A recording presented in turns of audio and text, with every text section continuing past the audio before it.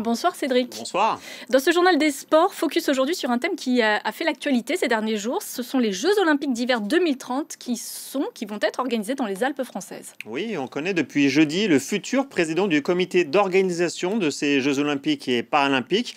Il s'agit d'Edgar Gros-Piron, ancien champion olympique de ski de boss à Albertville lors des derniers Jeux Olympiques d'hiver en France en 1992. Une belle histoire pour lui. Sa nomination deviendra officielle mardi prochain lors de l'Assemblée générale constitutive. Alors ces Jeux Olympiques d'hiver 2030, il y a les pour, il y a les contre, il y a beaucoup de critiques, ça suscite la controverse et on va en parler avec notre invité du jour, Guillaume Desmures, auteur du livre que je vous montre ici, Le crépuscule des Jeux aux éditions Paulsen. Bonsoir et merci d'être avec nous, Guillaume. Bonsoir Cédric. Alors vous êtes journaliste spécialiste des questions liées à la montagne, vous avez écrit des dizaines de livres et vous avez grandi sur les pistes des Jeux Olympiques d'hiver en 1992. Déjà pour réagir un peu à l'actualité, que vous inspire la nomination d'Edgar Gros-Piron comme futur président du COJOP ? Déjà il est temps puisque je vous rappelle que les Alpes françaises ont été désignées officiellement par le CIO pour accueillir ces JO 2030 en juillet dernier. Le COJO aurait dû être fonctionnel dès cet automne pour se mettre au travail immédiatement. Or, on est début février, ce n'est que maintenant que Edgar Gros-Piron est nommé, le président est nommé, et puis surtout le COJO n'est toujours pas fonctionnel. Donc, il serait temps qu'on se mette au travail. Dans 5 ans aura lieu la cérémonie d'ouverture des JO 2030. Alors, votre livre s'intitule « Le crépuscule des Jeux », un titre assez pessimiste. Pourquoi l'avoir choisi comme ça ? Alors, d'abord, c'est un titre. Donc, un titre, il y a 3 mots. J'en ai écrit 160 pages pour essayer d'être un tout petit peu plus nuancé. La question, c'est pas tellement savoir si on est pour ou contre les JO. D'ailleurs, la plupart des personnes avec qui j'ai discuté, que j'ai rencontrées pour l'écriture de ce livre, ne sont pas contre les JO en soi. En revanche, c'est cette candidature-là, cette candidature des Alpes françaises 2030 qui pose beaucoup de questions, beaucoup de problèmes. Elle semble, par beaucoup d'aspects, totalement anachronique par rapport aux enjeux des territoires de montagne.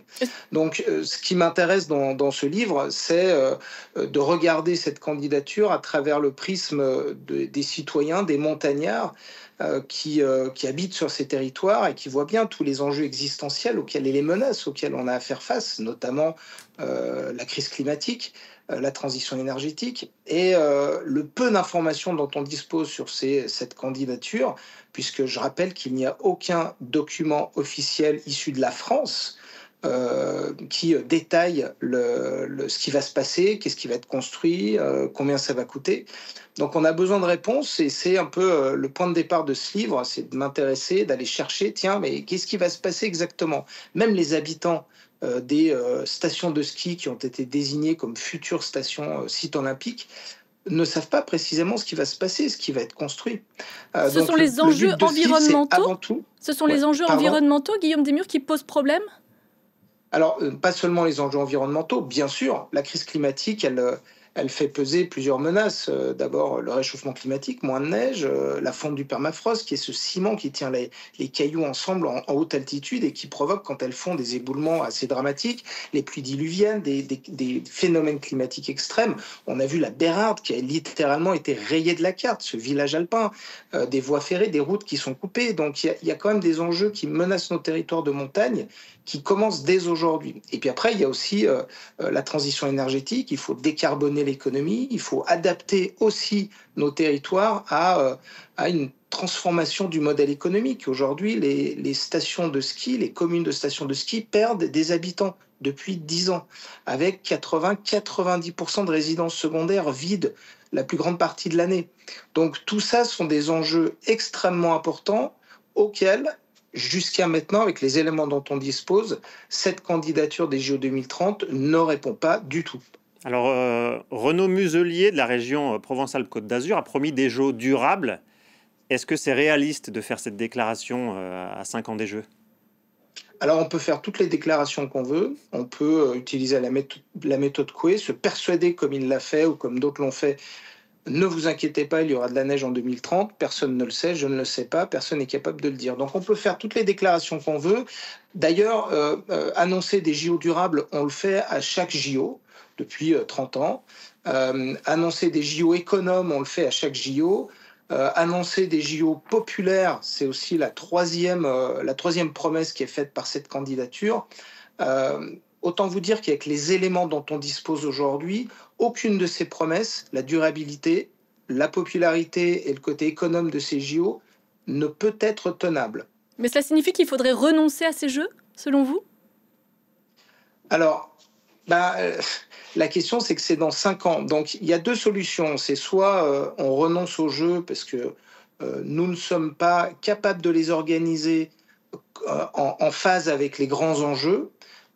Et peut-être aussi qu'on n'a pas les moyens de se les payer. Je vous rappelle que la situation fiscale, le déficit de la France est historique. Est-ce que nous avons les moyens de nous payer des Jeux Olympiques qui vont être forcément déficitaires, hein, c'est ce que nous apprend l'histoire des Jeux Olympiques. Ils sont forcément déficitaires. Avec énormément d'argent public. Donc la question, c'est est-ce qu'on a les moyens de se les payer? Est-ce qu'on est d'accord collectivement pour le faire, oui ou non? Personne ne nous a posé la question. C'est une candidature qui a été décidée en tout petit comité et qui procède avant tout de décisions politiques. Après, il y a une façon de s'en sortir par le haut, peut-être, et l'histoire nous apprend que c'est possible. C'est de dire au CIO, vous savez, ces Jeux Olympiques, ils vont être organisés chez nous. C'est dans 5 ans, c'est dans pas beaucoup de temps, donc vous n'avez pas trop le choix d'aller les mettre ailleurs. Donc nous, on va s'en saisir et on va en faire des Jeux Olympiques véritablement nouveaux. On va inventer quelque chose de nouveau, on va faire quelque chose de véritablement durable, on va innover.